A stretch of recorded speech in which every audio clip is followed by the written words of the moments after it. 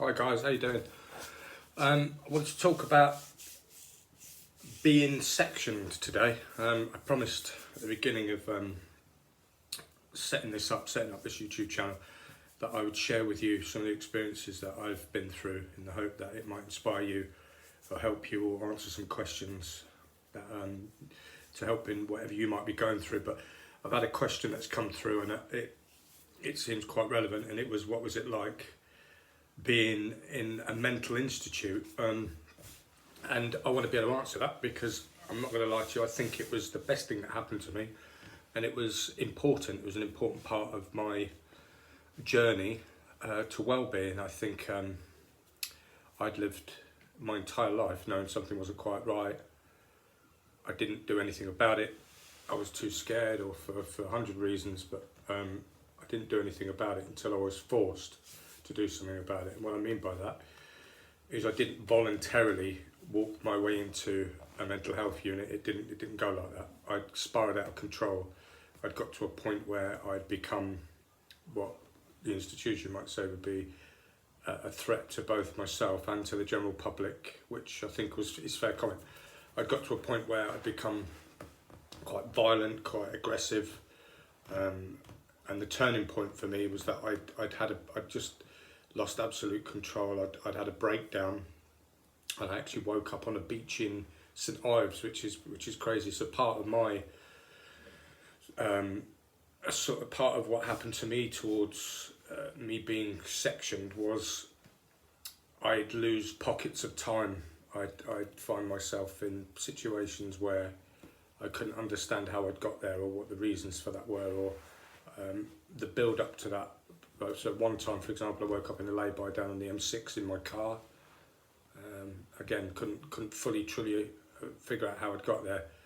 Not necessarily because I'd been drinking, but I mean, the chances are I probably had been drinking prior to that, but that wasn't the reason I'd end up there. It was just my brain was shutting down, my mind was closing, and so the last straw for me was I'd woke up, gush of wind hit my face, and I was on a beach down in St Ives.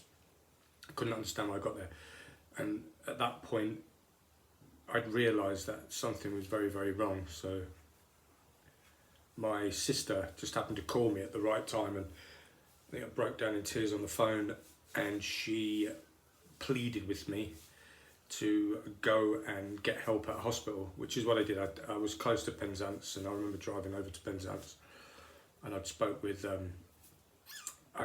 one of the doctors. I'd already had the doctors actually on the phone. My sister had called the local practice in Oundle, and the doctor had then facilitated the hospital in some way, but that was the beginning. So one thing I'll say to you is that part of getting into the hospitals doesn't happen until the GP refers you, so that's the beginning. Or there's two ways. It's either the doctor refers you, or you get arrested under what's called a section 136. So if the police believe that you are a threat to society or threat to yourself, then yeah, they will take you in and hold you under a 136, which is a section within the hospital that is the first part of where they detain you.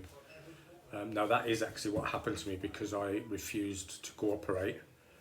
The police arrested me under a 136. So a relative or a friend or somebody that cares for you can actually impose that 136. If they were to call the police and tell them that they are concerned about your welfare, then the police will immediately come and see you, and there's generally a mental health professional, somebody that's experienced as within the police, that would come and assess you. And if you are considered to be a threat in any way or a risk, as they did with me, and they took me in the first stages of 136. From that point then you are subject to a crisis team. So in my case there was 3 members of this crisis team that put me under scrutiny. They assessed me, all 3 of them asking me different questions, and that's quite a long process. And then from there it was considered that I needed to be taken into a Mental Health Hospital. So from there I was taken, so it was Kettering, 136 Centre at Kettering was where I had the initial 136 assessment. So that's where the police took me. Spent 24 hours there, and then was taken over to the Cavell Centre in Peterborough, where I spent several weeks in there. But that was the beginning. So what I will say to you is, as frightening as that might sound, without that particular intervention, or without that particular administration into that hospital, I would never have, I wouldn't be where I am now. So that was the time when I realised that something was very wrong, and that was the time that I did acknowledge that something was wrong. And it was at that point that I started to cooperate, and that, like I say, that was the best thing that happened to me. And I'm going to say that until you're in a place like that, you don't really get the specialist help that you need. So when you're in there, you are under assessment constantly, you're under constant review. So I think 2 or 3 days, I think every third day I'd go under review.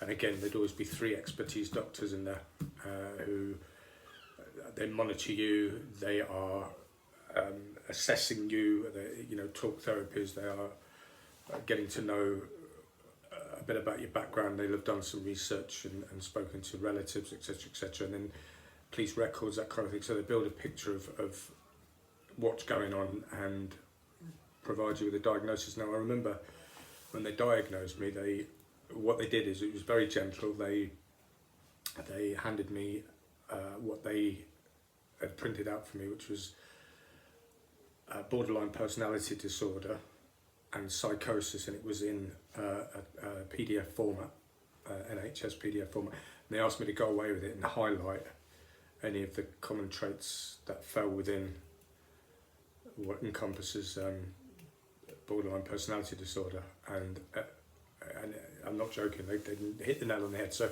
I went through it and highlighted nearly every single trait on there, and I remember the feeling of, I think that alone did so much for me, because I'd realised that finally this thing that had been messing my head up and ruining my life now had, and that, I realised that this is the reason, this is the thing. So just having a label on it for me made a huge difference, a huge difference. But yeah, to answer the question, the institution I went into, the people were amazing, the nurses were fantastic, the doctors were amazing, well looked after. And I think for any of you that are worried about going in there, I don't know whether you've got that stigma, that watching the movies thinking you're going to get put in a straitjacket, and it's nothing like that at all.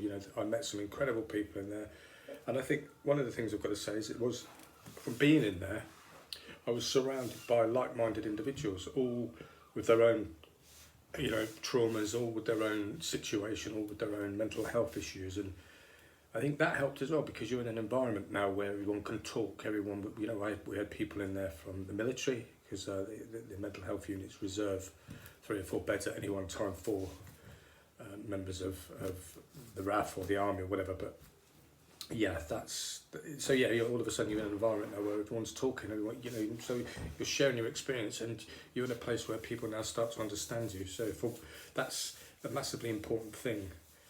But I think that was the beginning. I embraced the time I was in there, and it made such a huge difference to me. So I came out of there with an acknowledgement of a diagnosis of what was wrong with me.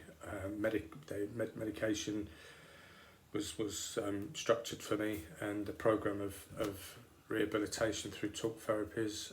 And like I said, that was the beginning. So for any of you that are concerned and worried about taking that step, I wouldn't worry about it at all. It really honestly is a massive and valuable resource. Getting into those hospitals is very, very difficult, because the beds are few and far between, but it usually goes through a process of GP to crisis centre to then being taken in. But the only other way around that is through the 136, through the police, which can be unpleasant, because your liberty's taken away from you at that point. And the 136, they say, I mean, once you're taken in there, they say it's voluntary, but and it kind of is. And if you walk out, you can walk out. But if they consider you a risk to the general public and still a risk to yourself, then they can retain you and put you on a Section 2, which then becomes a situation where your sort of choices are removed. But no, I would say to you that if you are on the borderline of feeling you need that help, then don't oppose it. I think be brave, go in there, and the facility will help you if you cooperate. I embraced it. It made a huge difference on my life, and I think the people around me when I came out noticed that change. So yeah, I hope that answered the question, and yeah, take care of yourself. If you've got any questions you want to ask me, fire them over and I'll answer them. Okay, take care of yourself. Goodbye.